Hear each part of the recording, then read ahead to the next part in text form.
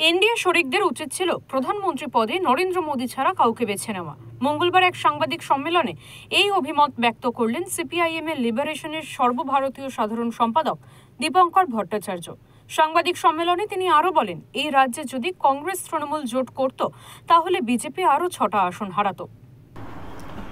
শুধু লক্ষ্মীর ভান্ডার বলে নয়, লক্ষ্মীর ভান্ডার বা আমি দেখেছি এই ধরনের যে সিমিলার ধরনের যে বিভিন্ন ক্যাশ ট্রান্সফার এগুলো বড় প্রভাব আছে।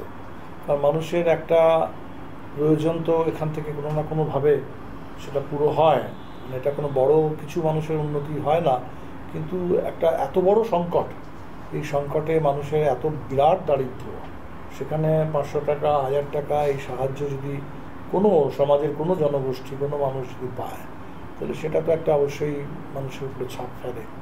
তো ফলে লক্ষ্মীর ভান্ডার বলুন বা যেটা আমরা ইন্ডিয়া জোট থেকেও বলেছিলাম, আমরা এবার ইন্ডিয়া জোট থেকে এটাই বলেছিলাম যে আমাদের সরকার হলে পরে ভারতবর্ষের সমস্ত যে গরিব পরিবারগুলো আছে গোটা দেশ জুড়ে বিহারের মতো সোশিও ইকোনমিক সার্ভে হবে এবং সোশিও ইকোনমিক সার্ভের পরে সবথেকে দরিদ্র পরিবারগুলোর পরিবার পিছু একজন মহিলাকে বছরে 1 লক্ষ টাকা তাকে দেওয়া হবে।